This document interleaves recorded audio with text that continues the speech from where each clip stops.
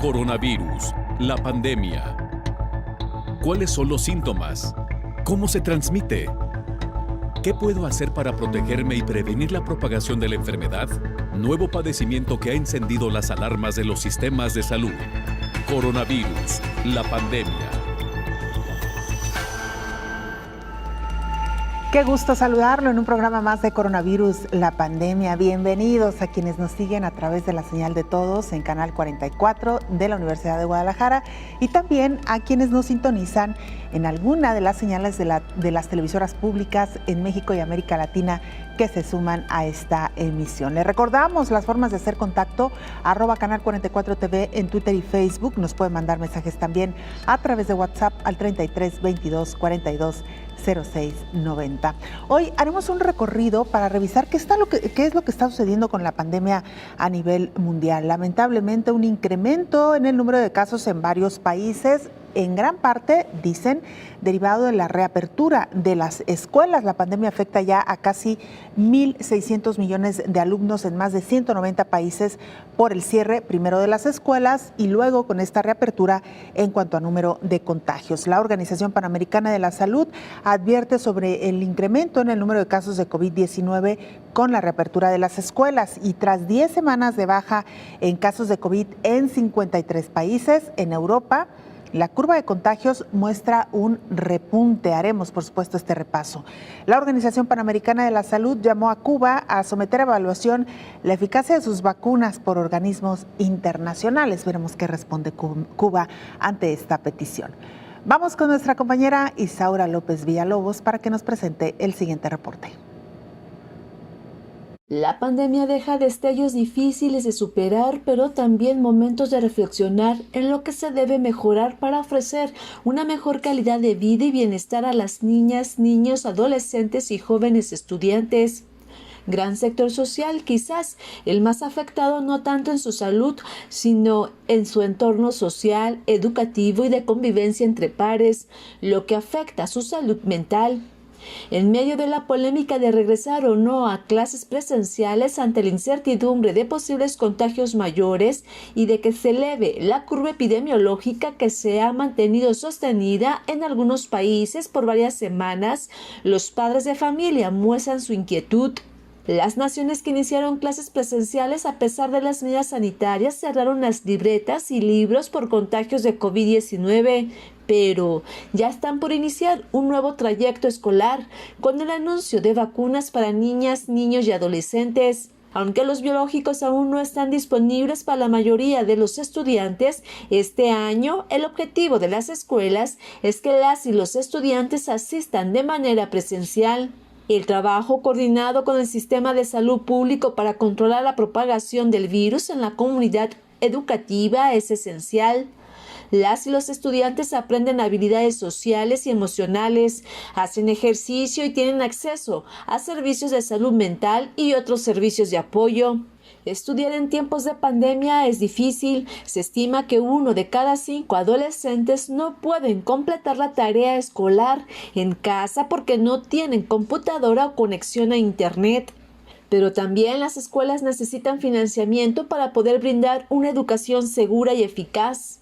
En medio de la pandemia COVID-19 y de las variantes, volver a la presencialidad será todo un reto para el sistema educativo mundial. Informó Isaura López Villalobos. 14 países en América reportan casos de variante Delta ya como un avance de esta variante en el mundo. Hasta el momento, 18 países reportaron casos de la variante de COVID beta en América. En tanto, 29 han notificado casos de la variante Gamma y 14 registraron contagios de la variante Delta, incluidos Argentina, Aruba, Brasil, Canadá, Chile, Guayana Francesa, Guadalupe, Martinica, México, Puerto Rico, Estados Unidos, Barbados y Perú. En cuanto al continuo aumento de casos de COVID en los países de América Latina y el Caribe, la Organización Panamericana de la Salud informó que las naciones de la región reportaron la semana pasada 1.1 millones de nuevas infecciones por COVID y 30.000 muertes, lo que eleva el recuento total de casos a más de 72 millones y muertes a casi 1.9 millones. Mientras tanto, las interrupciones de los servicios de salud esenciales todavía están muy extendidas en toda la región y 29 países reportan cortes en casi la mitad de los servicios. Estas condiciones se dan en un contexto en el que solo 1 de cada 10 personas en América Latina y el Caribe ha sido vacunada con el esquema completo contra la COVID, informó Elizabeth Ortiz. Vamos con más información y es que mire, hubo un macrobrote en un grupo de estudiantes que ha puesto a temblar al turismo a nivel internacional.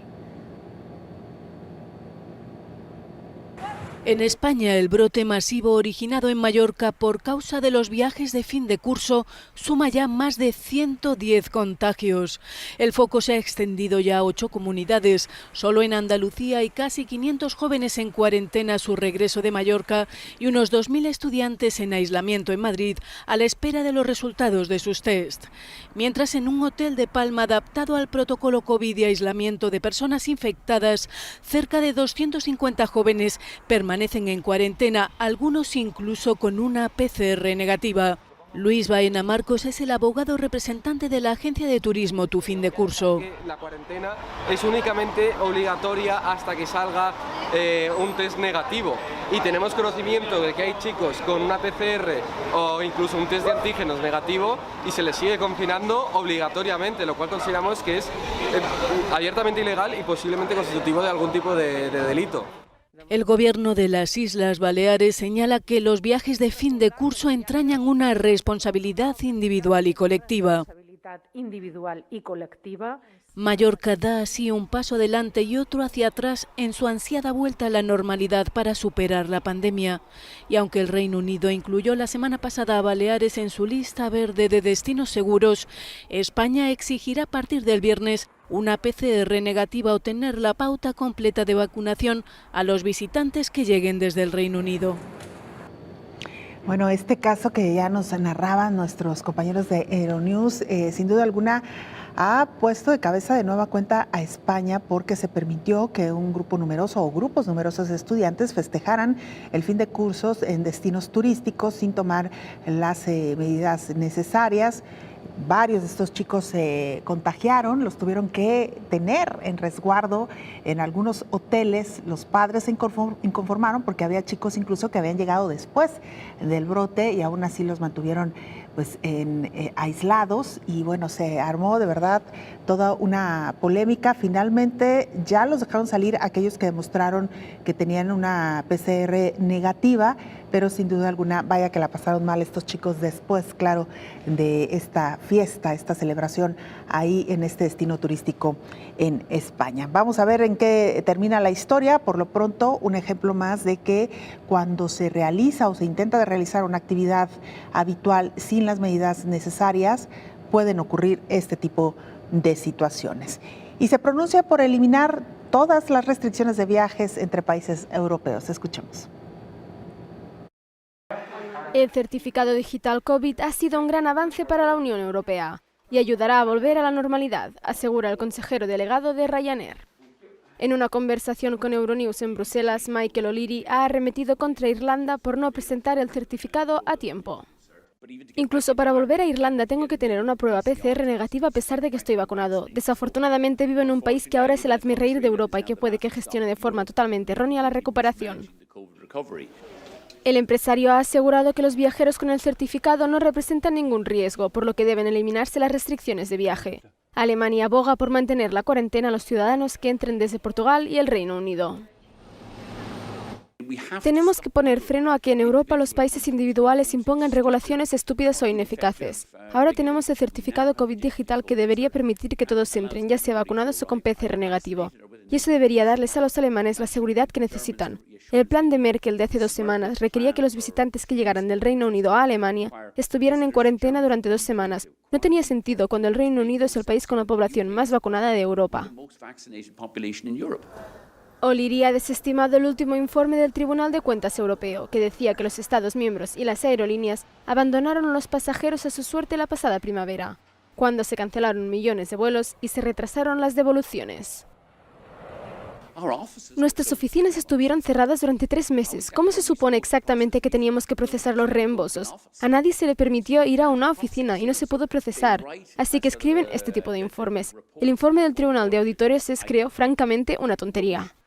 Recientemente, muchas empresas se han solidarizado con los derechos LGBT, usando los colores del arco iris. O'Leary parece dispuesto a unirse a la iniciativa. No lo habíamos pensado, pero si alguien quiere que pongamos una bandera LGBT, estaremos muy contentos de hacerlo. Damos la bienvenida a todos los credos, géneros, sean cuales sean sus preferencias sexuales. Siempre y cuando estén volando con Ryanair, no nos importa. Muchas gracias, muchas gracias. Es una gran pregunta, nunca antes lo había escuchado. Bueno, pues ahí tiene usted también esta información. No terminan de ponerse de acuerdo respecto a cuáles deberían de ser las restricciones de viajes o si no debería haber restricciones en medio de esta pandemia. Cuba es llamada a cuentas. Le están pidiendo que presente toda la información sobre las vacunas que están en estudio, que están fabricando, que incluso ya están probando entre su población. La Organización Panamericana de la Salud llamó a Cuba a publicar los datos sobre la eficacia de sus vacunas en revistas científicas y a que las someta a la evaluación de la Organización Mundial de la Salud.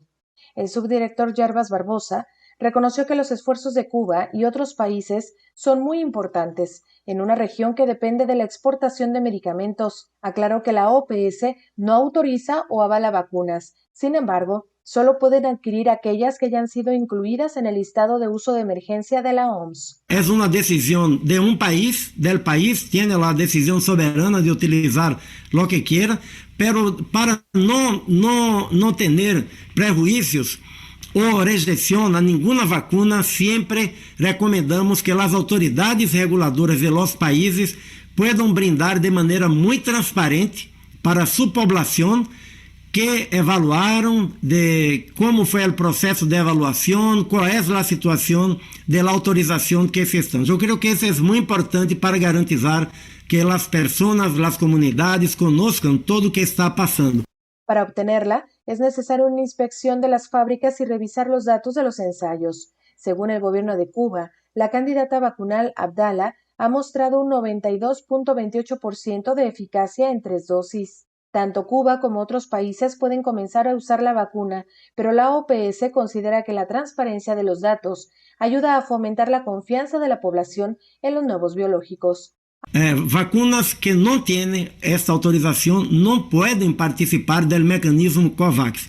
Então, eu creio que seria muito importante que os produtores da vacuna Abdala pudessem, se terminaram todos os estudos de fase 1, 2 e 3, primeiro publicar esses dados em revistas científicas para que de uma maneira pública a comunidade científica pueda também evaluar e conhecer a estes dados. Segundo, se tem interesse de ofertar a vacuna para o mecanismo COVAX, e sempre são muito bem-vindas todas as vacunas para o mecanismo COVAX, têm que solicitar a autorização de uso de emergência de la OMS. Recordó la Organización Panamericana de la Salud que la vacuna Abdala no cuenta con autorización de uso de emergencia por parte de la Organización Mundial de la Salud, informó Rocío López Fonseca. Hacemos una pausa muy breve, regresamos con más información.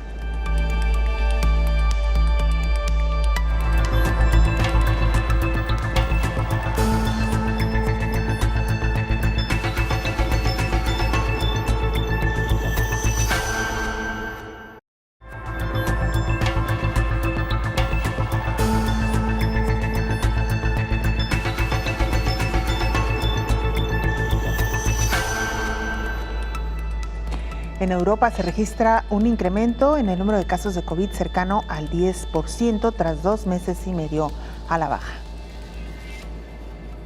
10 semanas de baja en casos de COVID en los 53 países de la Organización Mundial de la Salud en Europa, la curva de contagios muestra un repunte, advirtió el director del organismo internacional en la región, Hans Kluge. La semana pasada el número de casos se incrementó en un 10% por un aumento de viajes, reuniones y la flexibilización de las restricciones sociales. En tanto, Delta supera a la variante Alfa muy rápidamente y ya se está traduciendo en un aumento de hospitalizaciones y muertes. Para agosto, la variante Delta sería dominante. Para agosto, en la región de Europa de la OMS dominará la variante Delta. Pero para agosto, la región no estará completamente vacunada. 63% de las personas todavía están esperando su primera dosis.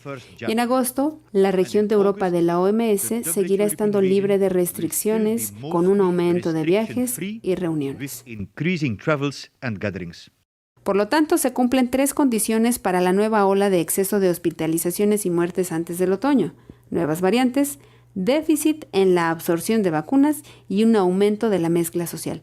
Entonces habrá una nueva ola en la región de Europa de la OMS a menos que haya disciplina, expuso Klug. Las vacunas son eficaces contra la variante Delta, no una dosis, sino 2 dosis. Los retrasos en la vacunación cuestan vidas y economías, y cuanto más lentamente se vacunen las personas, más variantes surgirán, dijo.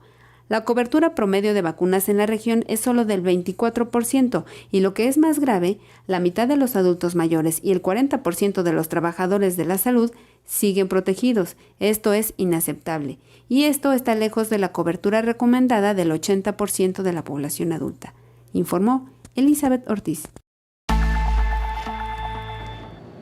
Y se lleva a cabo la primera jornada del certificado COVID digital. El certificado COVID digital de la Unión Europea ha entrado en vigor oficialmente el 1 de julio. Este miércoles por la noche, 26 países de la Unión Europea, de un total de 27, estaban conectados a la red del sistema. Y según la Comisión Europea, ya se habían emitido 200 millones de certificados. Euronews ha visitado el aeropuerto de Bruselas, el día que se espera que haya más actividad desde el inicio de la crisis. Pero la industria de la aviación advierte que el certificado COVID aún no funciona. Es una solución esperada desde hace mucho tiempo, pero desafortunadamente todavía no podemos usar el certificado al máximo. Si hoy escaneáramos el código QR que viene con el certificado, solo veríamos si es un código válido o un código inválido. Desafortunadamente, dentro de Europa, incluso dentro de Europa, todos y cada uno de los países todavía tienen sus propias restricciones, lo que significa que incluso los pasajeros que están completamente vacunados deben llevar consigo una prueba PCR negativa para algunos países. Y significa que solo si sabemos si el código es válido y no la razón detrás de él, los datos son insuficientes para usarlos realmente para el pasajero. Casi 20.000 pasajeros han llegado al aeropuerto de Bruselas y la mayoría parecían emocionados por poder viajar de nuevo. Ebrin visitará a la familia después de mucho tiempo y, a pesar de su entusiasmo por el viaje, cree que el certificado COVID no es útil. No estoy completamente vacunada, por lo que no me está ayudando. Lo más importante para mí es la prueba PCR, ya que no estoy completamente vacunada. Glenn, que se va de vacaciones a Grecia después de 18 meses en casa, estaba preparado para una situación complicada, pero el proceso aquí, 4 horas antes. Así que ahora estamos descansando. Ahora tenemos tiempo para tomar una cerveza. Uno de los principales problemas sigue siendo la fragmentación de las políticas de viajes entre los países de la Unión Europea. El comisario europeo de Justicia, Didier Reynders, asegura que el certificado lo resolverá. Normalmente, en base al reglamento, con el certificado es suficiente, salvo que haya algunas evoluciones negativas relacionadas con algunas variantes preocupantes, como la Delta, y que por ahora están en algunos países. El certificado elimina la necesidad de PCR o cuarentena al llegar a otro país. Sin embargo, existe la posibilidad de que un Estado miembro introduzca restricciones si la situación sanitaria de la región de donde proviene el viajero se está deteriorando.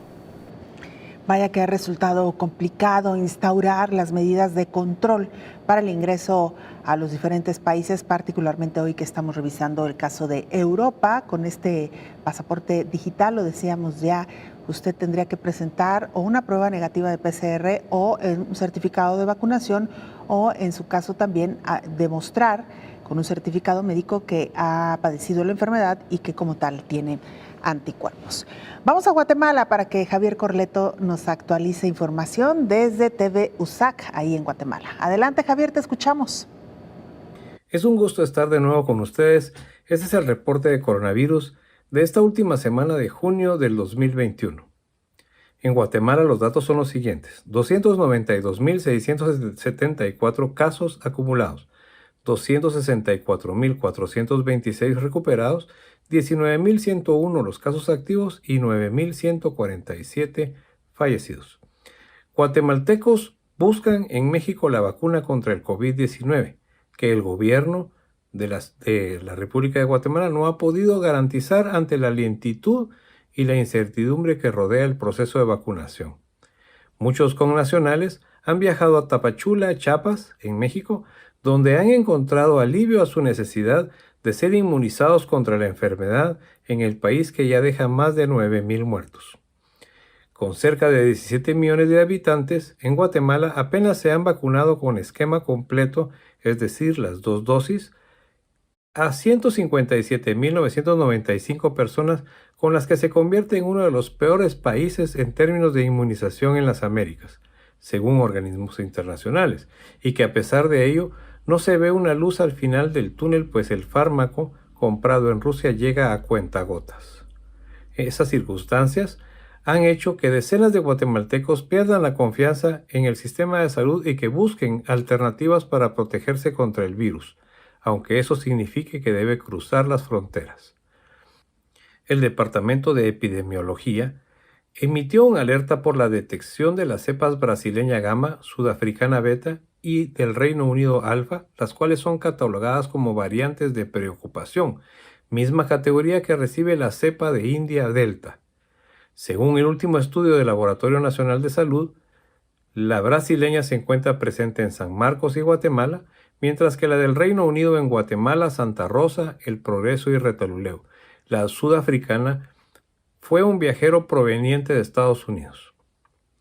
Causa honda preocupación las declaraciones del propio canciller de Guatemala, Pedro Brolo, quien en una situación parlamentaria reconoció que viajó a Rusia con el objetivo primario de gestionar la agilización de entrega de vacunas ya pagadas hace 2 meses y de las cuales han sido entregadas 150,000. Mientras el COVID-19 avanza entre los niños, el Congreso retira la aprobación de la ley que facilitaría adquisición de más vacunas por medio de donaciones. El doctor Roger Hill, jefe del Servicio de Infectología Pediátrica del Hospital de Enfermedades del Instituto Guatemalteco de Seguridad Social IGS, informó esta semana que la mitad de las cunas del Hospital Tecún están ocupadas por niños con COVID-19. La Universidad de San Carlos de Guatemala continúa la labor de vacunación en sus instalaciones, contribuyendo así a la protección de la población vulnerable ante esta enfermedad. Para el Canal 44 desde la Ciudad de Guatemala, informó Javier Corleto. Saludos y no olvidemos lavarnos las manos. Bueno, pues ahí tiene usted esta información con base en lo que nos comenta Javier Corleto desde Guatemala. Este dato que nos llama mucho la atención, el hecho de que guatemaltecos estén migrando a México para poder inmunizarse con alguna de las vacunas que ya se aplican en nuestro país, y en su momento mexicanos también que viajaron a Estados Unidos para inmunizarse, parte también de lo que significa la movilización y la migración. Y mire, 170 estudiantes, ya se lo comentábamos antes, en Mallorca, pues terminaron su confinamiento al dar negativo a los tests de COVID. Esta es la continuación de la historia que le presentábamos anteriormente. Amplio dispositivo para evacuar a los 170 estudiantes de los 250 que estaban confinados en la isla de Mallorca tras el macrobrote de COVID. El operativo se produce después de la resolución judicial de este miércoles que declaró ilegal la cuarentena masiva de aquellos estudiantes a los que no se les pudo demostrar un contacto directo con los que habían dado positivo. Por mucho que varios medios nos quieran meter a todos los jóvenes en el mismo saco, no era la misma. Nosotras llegamos el día 25 y nos relacionaron con un caso positivo del día 23. Sin embargo, varios de ellos han dado positivo por la noche y poco antes de viajar, por lo que han tenido que darse media vuelta. Cuando uno es contacto estrecho, tiene un peligro de poder positivizar y todavía no haber positivizado. De hecho, esta noche hay 3 positivos más que dieron negativa en la última PCR. Algunos han sido trasladados en avión a Bilbao, otros van en barco aislados hasta Valencia, donde se someterán a una nueva PCR antes de ir a sus respectivas localidades de origen en Andalucía, Galicia y Madrid. Van acompañados de personal sanitario y agentes de policía.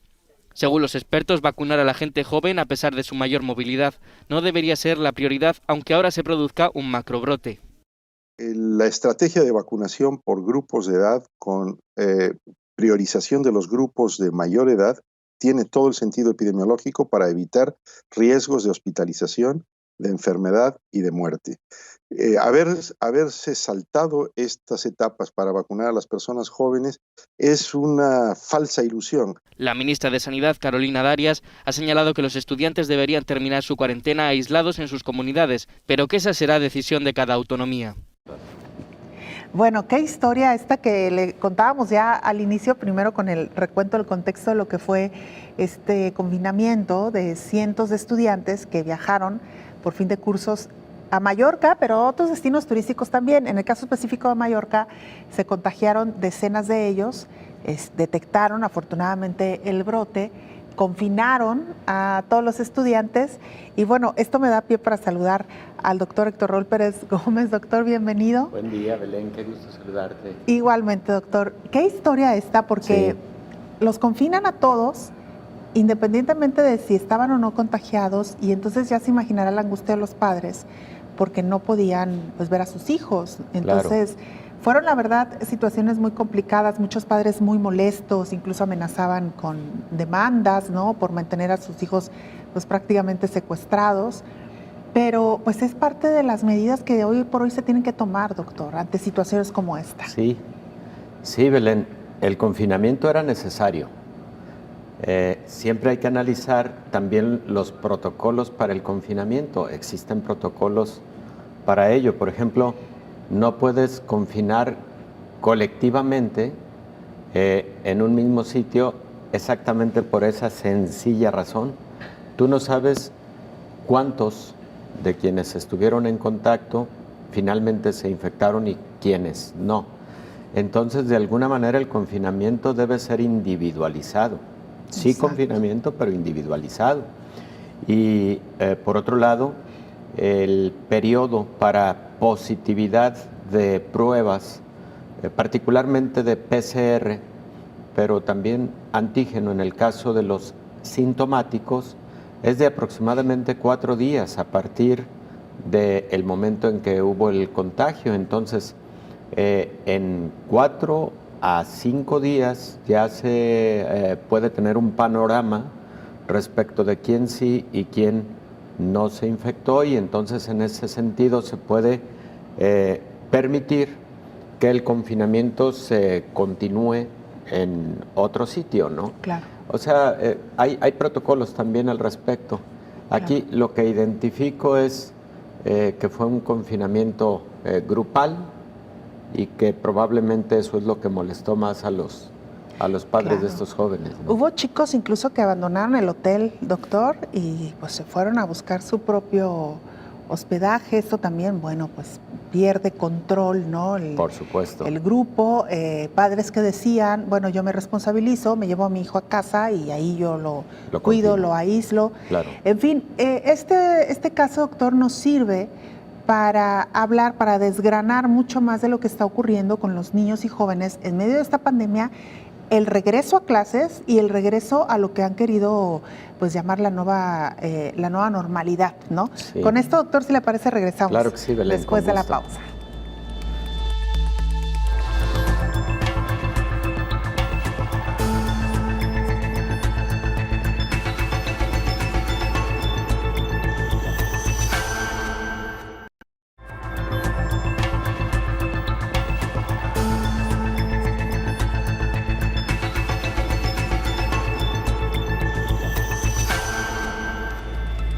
Vamos a Ginebra, Suiza, para saludar a nuestra compañera Verónica López, corresponsal de la agencia EFE, quien nos presenta el informe más reciente de la Organización Mundial de la Salud. Verónica, te escuchamos. Adelante con el informe. Hola, ¿qué tal? Buenos días, Belén. Buenos días a todo el auditorio de Canal 44. El nuevo coronavirus SARS-CoV-2, responsable de la COVID-19, sigue avanzando por todo el planeta y supera los 182 millones de casos. De ellos, 3,9 millones han fallecido. Los esfuerzos se centran en vacunar lo más rápidamente posible. En total, se han administrado más de 2.950 millones de dosis. Tras 2 semanas de descenso, los contagios han vuelto a aumentar en un 2%. Los fallecimientos, sin embargo, siguen su tendencia a la baja y son un 10% menos. Por regiones desciende moderadamente la incidencia en el sur y este de Asia y también en América, mientras que sigue aumentando en África y Oriente Medio. Preocupa la situación en Europa, donde suben los contagios por primera vez en 10 semanas. La Organización Mundial de la Salud ha advertido de que podría darse una nueva ola en el continente en otoño, mientras la Unión Europea ha puesto en marcha su certificado digital COVID, pensado para facilitar los viajes a personas vacunadas que hayan pasado la enfermedad o que presenten PCR negativa. No reconoce la versión de la vacuna de AstraZeneca producida en la India, por lo que cerca de 5 millones de británicos que fueron vacunados con estas dosis quedarían excluidos. Por países, Estados Unidos sigue estando a la cabeza en número de contagios con más de 33 millones de casos. Le sigue la India con 30,4 millones y que hoy ha superado la barrera de las 400.000 muertes. Se convierte en el tercer país en número de fallecidos por detrás de Estados Unidos, que suma 605.000, y Brasil con 520.000. Los contagios en el país asiático se han estancado en los últimos días en torno a los 40.000 diarios. La variante Delta es considerada como la causa de la virulenta segunda ola que ha asolado al país asiático. Según la Organización Mundial de la Salud, circula ya en casi un centenar de países. Precisamente el brote de Sydney, en Australia, está asociado a esta variante. El país ha logrado frenar la COVID y a partir de hoy levantará los confinamientos en algunas regiones. No obstante, el gobierno de Australia, que mantiene sus fronteras cerradas al exterior con algunas excepciones, ha anunciado que reducirá a la mitad el número de llegadas internacionales. Reportó desde Europa Verónica López para el programa Coronavirus, la pandemia. Bueno, y todavía con dificultades para el regreso a clases ante el aumento de casos de COVID-19. Nuestra compañera Rocío López Fonseca investigó más sobre este caso y nos presenta el informe. Que nadie se sorprenda. Luego de la reapertura de las escuelas seguramente se registrarán contagios, incluso aumentarán en algunos países de la región los enfermos por COVID, adelantó la Organización Panamericana de la Salud.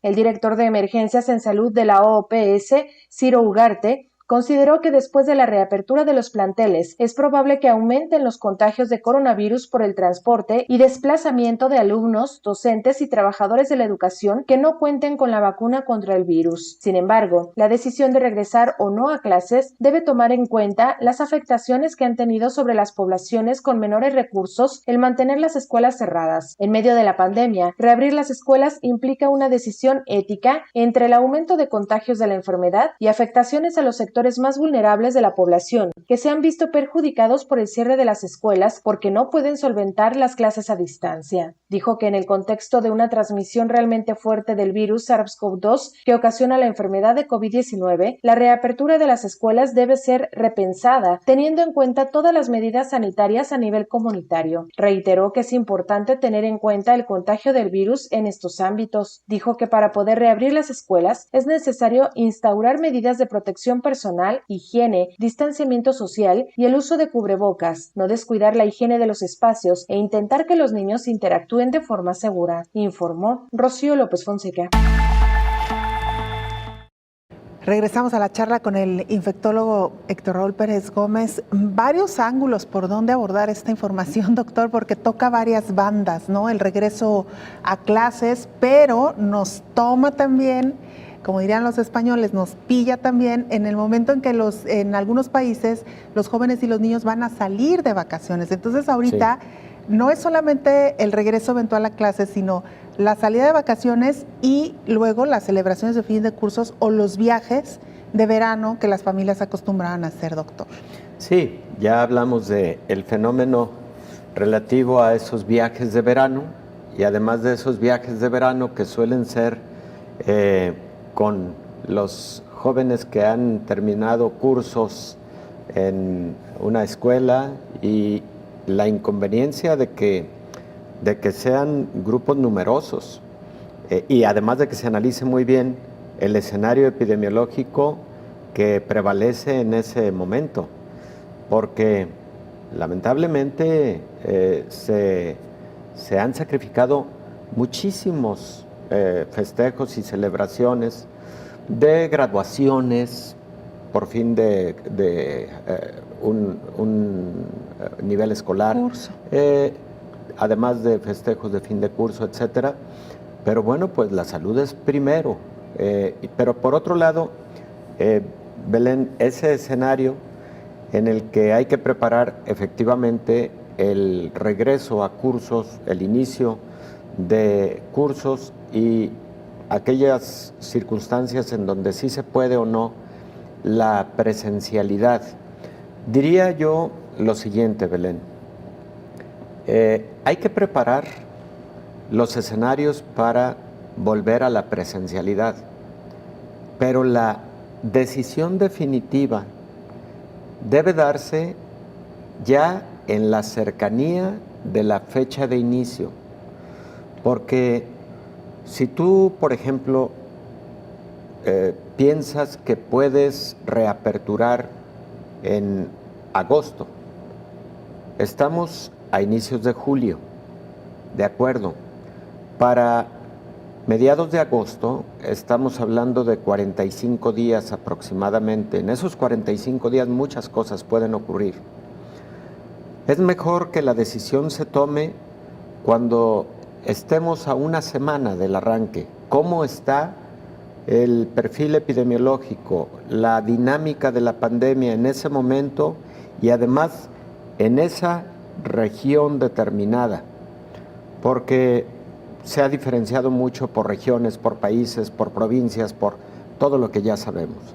Entonces, prepararlo sí, evidentemente, porque hay que tener listas las aulas, hay que tener bien preparados los espacios, la ventilación, la separación de butacas, por lo menos 1,5 metros de distancia unas de las otras, los insumos para proteger, como el caso de tener cubrebocas disponibles, tener gel de alcohol, que las instalaciones sanitarias estén óptimas para el lavado frecuente de las manos. Todo eso hay que tenerlo perfectamente preparado. Pero la decisión final debe estar muy en la cercanía del momento de la reapertura del curso, del reinicio del curso. Porque además tienes que prever si la dinámica de la pandemia está hacia el ascenso de nueva cuenta, y ahí, cuidado, quizás dar un paso en falso puede representar mayor explosión epidemiológica. Y en cambio, si la curva pandémica sigue al descenso, quizás sea un buen momento para la toma de esa decisión. Entonces, se tienen que preparar protocolos, espacios, todo ya lo dicho. Y algo que me parece fundamental, las indicaciones precisas a padres de familia, a los propios niños o jóvenes, al personal docente. Por ejemplo, a los padres de familia. Se debe seguir siendo enfático en que si el pequeño está presentando sintomatología respiratoria, no puede ir a la escuela, bajo ninguna circunstancia. Si ese pequeño empieza a tener fiebre, no puede ir a la escuela, bajo ninguna circunstancia. Donde debe ir es a recibir atención médica, una buena evaluación. No se le puede dar un medicamento para quitarle la fiebre y de esa manera, ya sin fiebre, poderlo llevar a la escuela. De ninguna manera. Tiene que ser primero médicamente evaluado. Y con los docentes, evidentemente, el que además de su gran trabajo, loable trabajo en el campo de la docencia, pues deberán tener también ese doble trabajo de estar vigilando el que haya sana distancia, el que los niños y jóvenes estén cumpliendo con los protocolos sanitarios, etcétera. Y ahí, bueno, se va a duplicar un poco el trabajo porque es una doble atención en ese sentido. Y a los directivos de los centros escolares, para que tengan algún mecanismo de vigilancia para que si existe algún caso o algún brote, sepan perfectamente qué hacer y de manera oportuna. Notificar a la autoridad sanitaria, muy probablemente suspender la actividad en ese grupo en particular por lo menos, en tanto se decide y se toman las medidas pertinentes para que esto no crezca hacia todo el plantel. Hay diversas guías internacionales sobre cómo se hace un regreso presencial a clases de manera segura. Lo publicó desde hace ya, te diría, casi un año el propio Centro para Control de Enfermedades. No ha variado importantemente. Quizás se han adicionado algunos aspectos como, por ejemplo, la toma de muestras de manera aleatoria, con qué frecuencia tomarlas. Fíjate que algo de lo que no hemos hablado, Belén, y creo que conviene decirlo, es, no he visto que un sistema escolar en el mundo haya establecido como una estrategia para la toma de decisión el realizar pruebas de detección de anticuerpos en esa población estudiantil, que deberá ser voluntaria, lo sabemos, porque implica tomar una muestra sanguínea que puede ser una gotita de sangre, pero es algo tan valioso porque a lo mejor encuentras que un alto porcentaje de estos niños, jóvenes, adolescentes, ya tienen anticuerpos, y no por la vacunación, sino porque tuvieron contacto con el virus, desarrollaron inmunidad, y ese grupo que tiene esa inmunidad,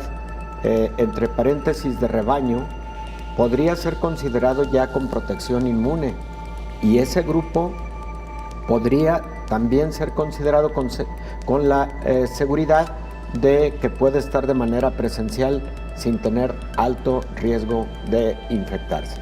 Regresamos con más de esta información, Belén, doctor. Gracias, vamos a la pausa, volvemos.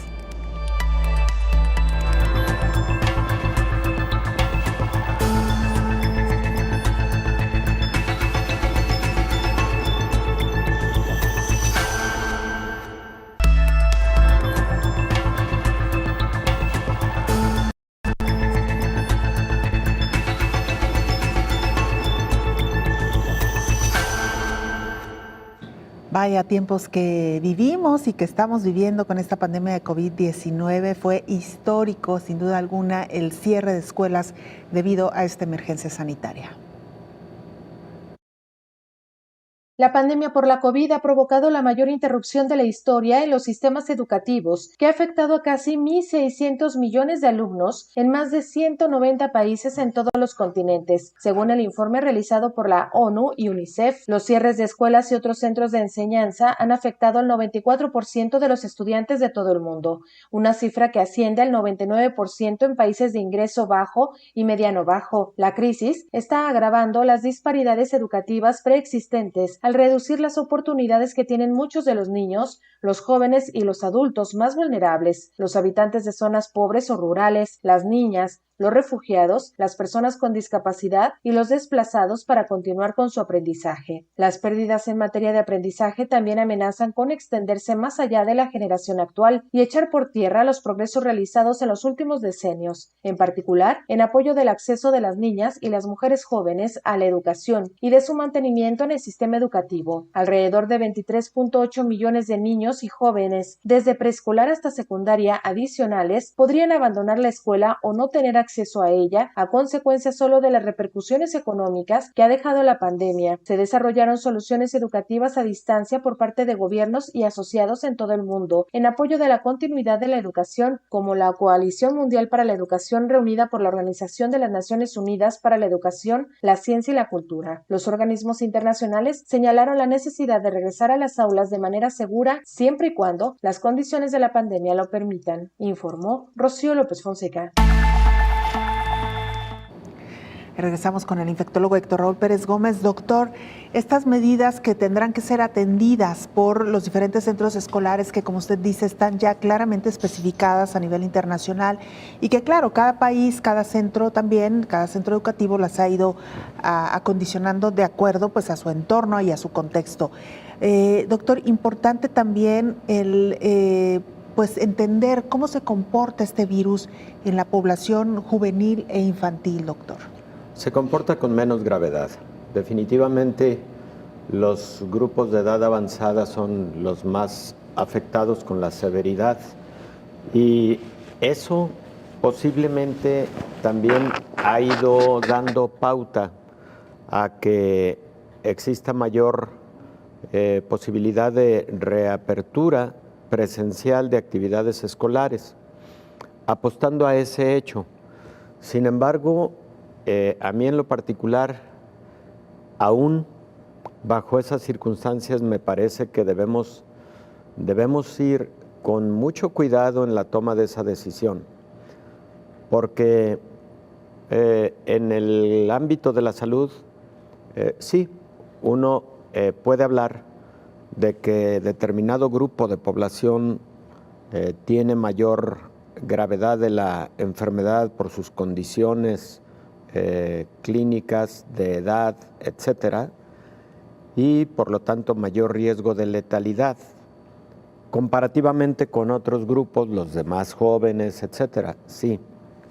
Pero un escenario de brote epidémico, por ejemplo, en un espacio escolar, por ejemplo, en un sistema escolar, etcétera, que represente y termine finalmente generando letalidad en algún o algunos jóvenes, eso es y será lamentable siempre.